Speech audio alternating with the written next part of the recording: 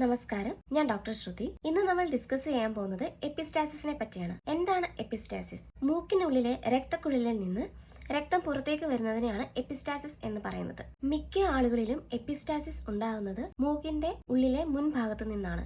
Littles area എന്ന് പറയുന്നു. ഇത് ധാരാളമായി കുട്ടികളിൽ കാണുന്നത് കൊണ്ട് തന്നെ ബ്ലീഡിങ്ങും ഈ ഏരിയയിൽ നിന്ന് കുട്ടികളിലാണ് കൂടുതലും. മൂക്കിൽ നിന്ന് രക്തസ്രാവം ഉണ്ടാവാനായിട്ട് ഇതൊക്കെയാണ് സാധാരണ കാരണങ്ങൾ. നോസ് പിക്കിംഗ്, സാധാരണഗതിയിൽ ഇത് കുട്ടികളിലാണ് കാണുന്നത്. കൂടുതൽ മൂക്കിൽ വിരലിടുന്നത് കൊണ്ട്, നഖം കൊണ്ട് മുറിവുണ്ടാകാം. ഡ്രൈ ക്ലൈമറ്റ് ഉള്ളത് കൊണ്ട്, എന്തെങ്കിലും ഒരു നേസൽ ഇൻഫെക്ഷനോ അലർജിയോ ഒക്കെ ഉണ്ടെങ്കിലും നേസൽ ബ്ലീഡിംഗ് ചിലപ്പോൾ മാനിഫെസ്റ്റ് ചെയ്തേക്കാം. ട്രോമ, വീഴ്ചയിൽ നിന്നും നേസൽ ബ്ലീഡിംഗ് വരാം. കുറച്ച് മുതിർന്നവരാണെങ്കിൽ ഹൈ ബ്ലഡ് പ്രഷർ, മാലിഗ്നൻസി, എന്തെങ്കിലും ട്യൂമർ, ഇതൊക്കെ സസ്പെക്ട് ചെയ്യണം. പിന്നെ കൊച്ചുകുട്ടികളിൽ അവരെന്തെങ്കിലും ഫോറിൻ ബോഡി മൂക്കിലേക്ക് ഇട്ടിട്ടുണ്ടെങ്കിലും നേസൽ ബ്ലീഡിംഗ് ഉണ്ടാക്കാം. രക്തം കട്ട പിടിക്കാത്ത അവസ്ഥകളുണ്ട്. അതിൽ ക്ലോട്ടിംഗ് ഫാക്ടേഴ്സിന്റെ ഡെഫിഷ്യൻസി ആകാം, പ്ലേറ്റ്ലെറ്റിന്റെ ഡെഫിഷ്യൻസി ആകാം, ലൈക്ക് ഡെങ്കു ഫീവറിലൊക്കെ വരുന്നത് പോലെ.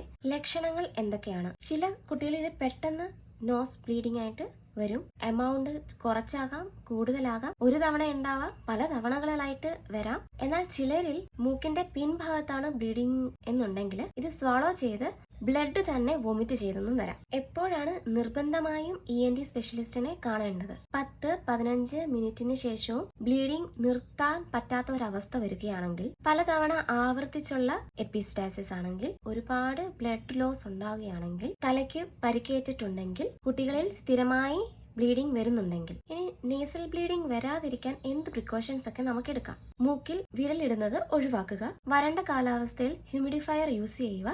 Nasal sprays, normal saline nasal sprays use ചെയ്യാം. നന്നായി വെള്ളം കുടിക്കുക. അലർജി, ഇൻഫെക്ഷൻ ഇവയെല്ലാം പ്രോപ്പറായി ട്രീറ്റ് ചെയ്യുക. ശരിയായ രീതിയിലുള്ള ഫസ്റ്റ് എയ്ഡ് എന്തൊക്കെയാണ്? ബ്ലീഡിംഗ് ഉള്ള ആളെ നേരെ ഇരുത്തുക. തല മുന്നോട്ട് ചരിച്ച് ഇരുത്തുക. മൂക്കിന്റെ സോഫ്റ്റ് പാർട്ടില് 10 മിനിറ്റ് പ്രസ് ചെയ്ത് വെക്കുക. അതായത് ഇതാണ് സോഫ്റ്റ് പാർട്ട്. അത് 10 മിനിറ്റ് പ്രസ് ചെയ്ത് വെക്കുക. വായിലൂടെ ശ്വാസം എടുക്കാൻ നിർദ്ദേശിക്കണം. 10 മിനിറ്റിന് ഇടയിൽ തുറന്ന് ബ്ലീഡിംഗ് നിന്നോ എന്ന് നോക്കേണ്ട ആവശ്യമില്ല. ട്രോമ കൊണ്ടാണ് വന്നതെങ്കിൽ നോസിന്റെ പുറത്ത് ഐസ് പാക്ക് അപ്ലൈ ചെയ്യാവുന്നതാണ്. ഇനി എന്ത് ചെയ്യാൻ പാടില്ല? തല പിന്നിലേക്ക് ചായ്ക്കരുത്. അതുപോലെ തന്നെ മൂക്കിന്റെ ഉള്ളിലേക്ക് ബ്ലീഡിംഗ് നിർത്താനായിട്ട് കോട്ടനോ തുണികളോ ഒന്നും കുത്തി കയറ്റരുത്.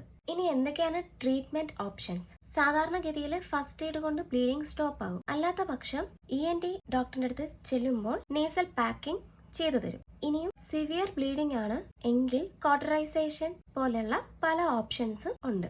ശരിക്കും പറഞ്ഞാൽ നേസൽ ബ്ലീഡിന്റെ കാരണം എന്താണോ ആ കാരണത്തെയാണ് ട്രീറ്റ് ചെയ്യേണ്ടത്.